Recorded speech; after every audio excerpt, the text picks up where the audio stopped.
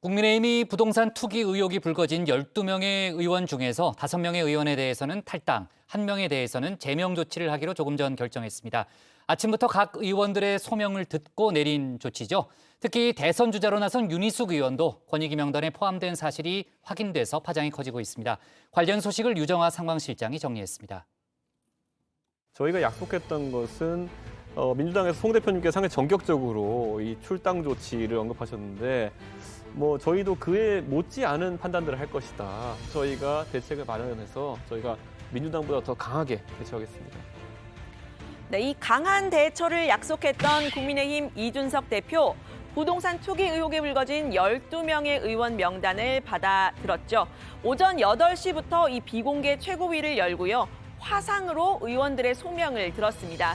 7시간 동안 논의를 한 끝에 징계 수위를 결정하고 이 명단을 공개했는데요. 살펴보면요.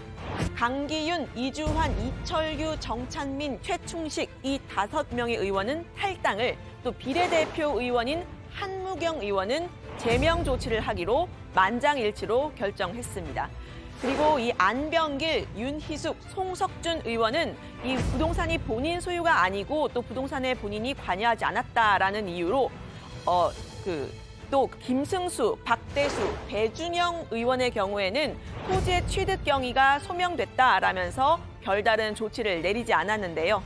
보통 이런 일이 생기면 기자들이 소위 뻗치기라고 합니다. 당 대표실 앞에서 기다리고 있다가 소명하러 오는 의원들을 만나서 이 명단도 만들고 해명도 듣고 이렇게 실시간으로 전달이 되는데, 코로나 때문에 당 지도부가 화상으로 입장을 들으면서 이 당 공식 발표를 기다릴 수밖에 없는 상황이 됐습니다. 일단은 곧바로 공개를 하지 않은 데 대한 비판 나왔는데요. 그동안 우리 당을 맹렬히 비판해온 국민의힘이야말로 내로남불의 정석이자 이중잣대의 표본이 아닐 수 없습니다. 의혹이 제기된 의원들에 대한 응분의 조치를 취함으로써 국민께 드린 약속을 즉시 이행할 것을 촉구합니다. 네, 명단 공개가 공당의 최소한의 책임이다라고 한 사람이 있었습니다. 이 말을 한 사람, 민주당이 아니고요. 지난 6월에 민주당 부동산 전수조사 때 국민의힘 당시 안병길 대변인입니다. 이 안 대변인도 명의 신탁 의혹이 불거졌는데요. 천한 명의로 재산을 돌려놨다가 이후 부인과 이혼을 준비하는 과정에서 명의 신탁 의혹이 드러나면서 공방을 벌였다고 해명을 했습니다. 권익위가 투기 의혹을 제기한 의원 중에는 이 대선 주자도 포함이 됐습니다. 임차인으로 유명한 윤희숙 의원입니다. 저는 임차인입니다. 제가 지난 5월 이사했는데 이사하는 순간부터 지금까지 집주인이 2년 있다가 나가라 그러면 어떡하나 하는 걱정을 달고 살고 있습니다. 네, 이 윤 의원의 투기 의혹은 가족 문제인 것으로 알려지는데요. 이준석 대표는 해당 부동산이 본인 소유가 아니고 개입한 바도 없다라고 했지만요. 대선 주자가 직접 부동산 투기 의혹에 연루가 되면서 파장이 일 것으로 보입니다. 대선 후보 캠프에 속한 의원들도 있었는데요. 윤석열 캠프에 속한 의원이 가장 많았습니다. 12명 중에 이 5명인데요. 특히 국토교통부 대변인 출신의 이 송석준 의원, 캠프에서도 부동산 정책 본부장을 맡고 있습니다. 문재인 정부의 부동산 정책에 대해서 앞장서서 비판해왔죠. 저는 당연히 엄청난 실패죠. 22번의 일련의 정책이 해법이 아니라 오히려 뭔가 집값 올리는 어떻게 하면 이렇게 올릴 수 있을까를 이렇게 잘 만들었을까. 네, 앞서 말했던 이 안병길 대변인도 윤석열 캠프에서 홍보본부장을 맡고 있는데요. 이 명의 신탁 의혹이 불거지자 바로 이 당 대변인 그리고 캠프 본부장직을 내려놨습니다. 혐의에 대해서는 전면 부인했지만요. 사실관계를 불문하고 수사 결과가 나올 때까지 모든 직책을 내려놓겠다라고 한 겁니다. 또 조직본부장을 맡은 이 이철규 의원과 국민소통위원장을 맡은 정찬민 의원, 또 산업정책본부장을 맡은 한무경 의원은 제명 조치를 받았습니다. 이 당의 조치와는 별개로 캠프에서 어떤 조치를 취할지도 국민들이 지켜보고 있을 듯하죠. 캠프 입장에서는 당에서 조치하면 또 그 캠프에서는 그에 상응하는 조치를 하지 않겠습니까? 네. 예, 그것은 캠프는 조금 더 민감하게 보지 않을까 생각합니다. 네, 권익위에서 지목한 의원들 명단에는 앞서 부동산 관련 의혹이 이미 불거진 의원들이 많이 포함이 됐습니다. 강기윤, 정찬민, 이주환 의원이 대표적인데요. 모두 저희 JTBC가 보도한 적이 있는데 세 사람 모두 탈당 조치가 내려졌습니다. 경남 진해 공장부지입니다. 강기윤 의원 부인과 아들이 공동 최대주주인 일진단조는 2018년 약 100억 원을 들여 이곳의 땅을 샀습니다. 일진단조가 매입한 땅에서 차로 15분 거리엔 부산 진해 경제특구가 만들어지고 있습니다. 부산 제2신항도 공사 중입니다. 이 회사 관계자가 용인시장을 지냈던 정찬민 의원의 전 후원회장 A씨에게 지난 2016년 8월 보낸 문자입니다. 심의의원 신청이라는 제목 아래 7명의 이름이 적혀 있습니다. 마지막에는 우리 식구입니다 라는 말도 덧붙였습니다. 국민의힘 이주환 의원과 그 가족의 땅입니다. 1만 제곱미터 3,000평이 넘습니다. 이 가운데 65%가 농지입니다. 그런데 농작물은 없고 시멘트로 포장된 부분도 보입니다. 이 땅 중 일부는 2008년부터 10년 동안 유료 주차장으로 쓰였습니다. 네, 국민의힘 지도부는 오늘 점심 도시락까지 함께 먹으면서 어떤 조치를 내릴지 논의를 했습니다. 이 결론은 말씀드린 것처럼 12명의 의원 중 6명에게만 탈당 및 제명 조치를 내리기로 한 건데요. 앞서 민주당에서는 의원들의 개별적인 소명을 듣지 않고 탈당 조치를 발표하면서 오히려 당 지도부가 비판을 받은 사례가 있었죠. 이 부분을 참고한 듯합니다. 당내 분란의 소지를 줄이겠다는 것으로 보이죠. 이준석 대표는 이 최고위의 결정이 만장일치였다는 점도 강조를 했습니다. 정회원분들은 어떻게 받아들이시나요? 이준석 리더십 시험대에 오른 셈이라고 할까요?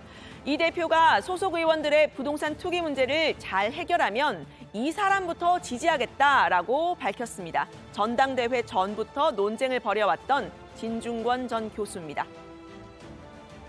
이준석 대표로서는 한번 다시 쇄신을 할 수 있는 계기를 만들게 되지 않을까 이게 좀 보여집니다. 이 문제에서 정말 엄격하게 한다면 뭐 저부터 막 지지하겠죠. 네,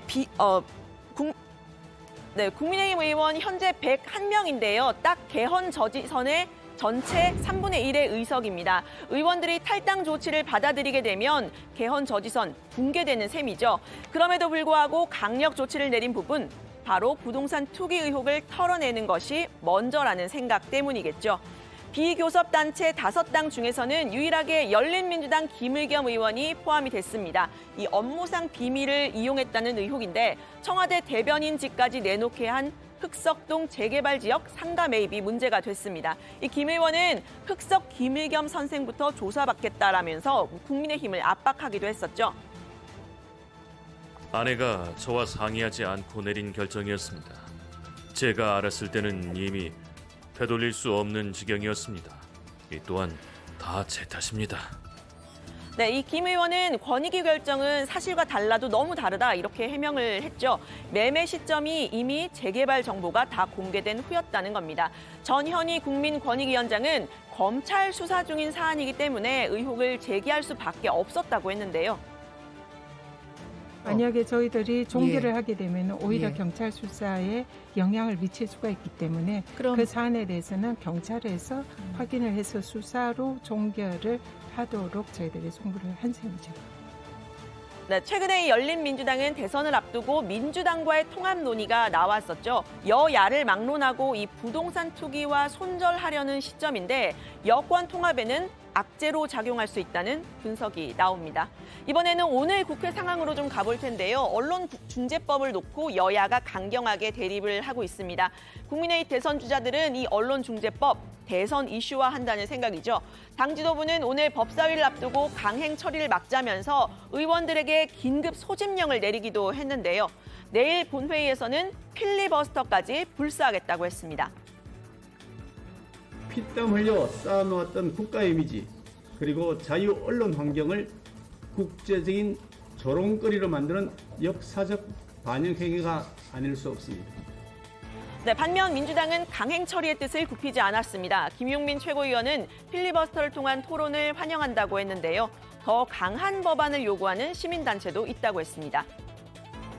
찬성하는 시민단체, 찬성하는 학자들, 찬성하는 사람들도 굉장히 많이 있고 예를 들면 국민의 대다수가 또 찬성하고 있습니다. 특징 책임을 언론사에게 넘겨라예요. 면은. 그러니까 저희 법보다 훨씬 더 그 많이 나가는 더 진보적으로 나가 있는 법을 만들어야지.